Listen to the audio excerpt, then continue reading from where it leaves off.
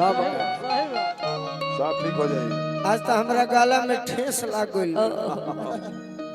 आज गला में ठेस लाग गइल बा छोटे बाबा। सब ठीक हो गए। छोटे बाबा के देनी अरे रही कृपा भगवती के जय हो तो सब दुख दूर हो जाई। रही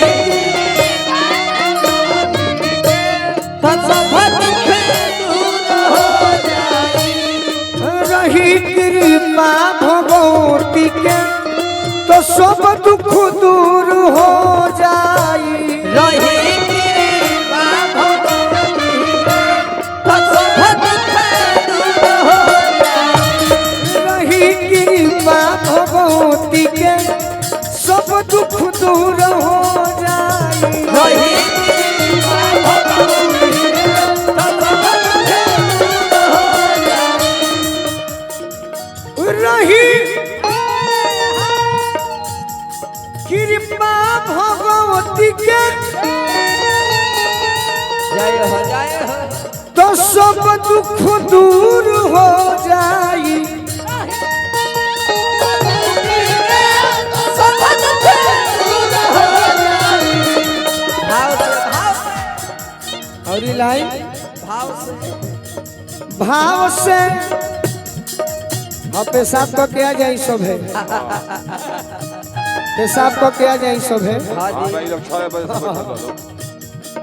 भाव से भक्ति होई तो भाव से भगति होई तो अरजी मंजूर हो जाई। भाव से भक्ति होई तो अरजी मंजूर हो जाई। भाव से भगति होई तो अरजी मंजूर हो जाई। भाव से अरजी होई तो अरजी मंजूर हो जाई। जय हो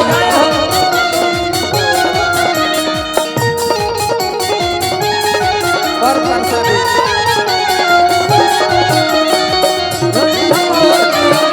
और मंजूर हो जाई। भाव में भक्ति होई तो और मंजूर हो जाई। आज यह निमिया माई के दरबार में हमारा कुछ न चाहिए। न चाहिए पर शादी का न चाहिए फूल माला हो। न चाहिए फूल परसादी न चाहिए फूल माला हो। न चाहिए पर शादी न चाहिए फूल माला हो। ये भाई चरण में जे शरण ले ली और जी मंजूर हो जाए।